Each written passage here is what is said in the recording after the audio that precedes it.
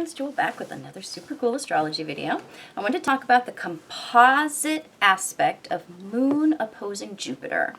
What happens when we see this between two people? So composites and Davidson relationship charts are midpoint charts where they take the midpoints between their planets and add that up, and we find where we meet in the middle. Gives us a birth chart of the relationship itself, and from that we can determine a lot of what goes on between you or potentially goes on between you. So when we have the moon, and the moon is the feeling aspect in a composite chart, represents the past, the mother, nurturing, cravings, specifically shows how the female is doing in the relationship in the larger scope of how you read the chart. So we generally come from different backgrounds, different types of upbringings, and we can come from very different religious or philosophical leanings when we have this one. And usually these differences, we deal with them okay with this particular opposition. There's a pretty good amount of understanding about that, about the fact that you think one way and I think the other way, and it can be it's not really a complementary difference, but it is a difference that we tend to have enough goodwill and understanding and farsightedness to not get terribly hung up on.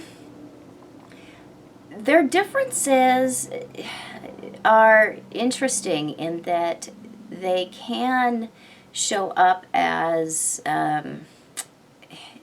infusing a certain amount of energy into the relationship that causes them to want to go out and socialize. It's really interesting how this it ends up creating this impetus to go out and find friends or become popular or engage in activities. They want to share the energy that they have when they're together with others. So they tend to be a more popular couple, and they tend to engage in more activities overall than a lot of couples do. This one gets you out of the house. So that can be different if you have that composite moon right on the IC, or if you're in synastry, you've got, moon right on the IC, or those kinds of contacts, because even if you weren't staying home, you are now when you've got those kinds of contacts. So this can be a little bit different if the composite moon is on the IC, because it can show that you expand or entertain or attract others in the context of being home. But usually this is, and it can show big house too, or big mortgage, or big overdoing, big land, big property when we have it on the IC wall as well. But typically we are going to see a couple that goes out and about and does a lot of things. We see a lot of money being spent in resources, usually with this particular opposition. We can overdo it pretty easily, and because we encourage each other to go out and do more, get more, be more, collect more. There's not a lot of checkbook balancing when we've got this going on. Now, if we have a lot of Saturn going on in the composite chart, that is going to balance that out. But in itself, this one is showing that there is not a lot of putting the brakes on when it comes to going to satisfying ourselves, because the moon is what we crave, and we tend to encourage each other to satisfy those cravings at will when we have this particular opposition. So we can see a couple that lives on credit more, or that has some issues with getting into debt because they are buying things that they want rather than they particularly need or have to have.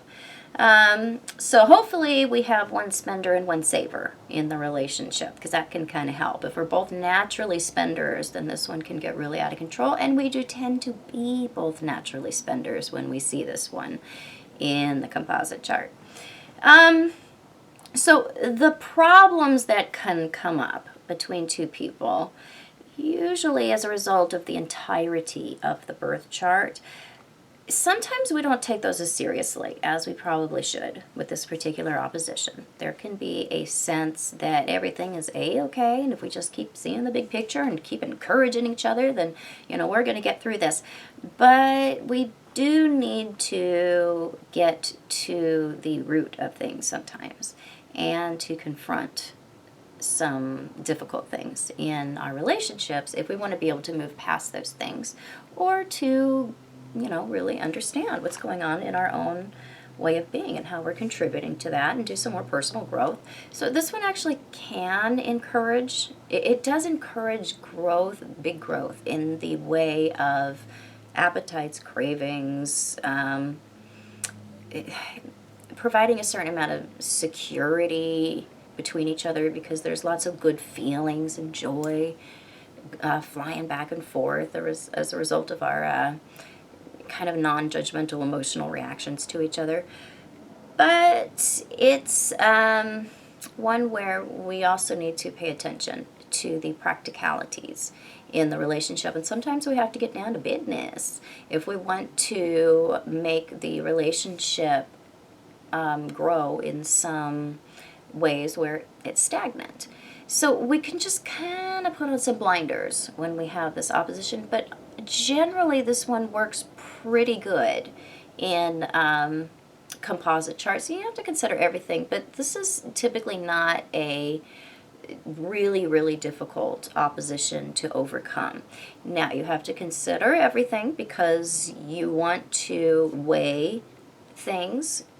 And if there's lots of other aspects, or several other aspects that are of this same vibe, then that is kind of a red flag that this is a more excess-driven relationship. But usually, in an otherwise reasonably functioning composite chart, because all composite charts only function reasonably well, there are no perfect composite charts. This one is not something that's terribly problematic. So I hope this was helpful. If it was, please subscribe to my channel. You can find me on the internet at truthandaspectastrology.com. Yes, I do private consultation. You can find me on Facebook at Truth and Aspect Astrology, and Instagram at Truth and Aspect Astrology. And I'll be back super soon with more super cool videos. Bye-bye.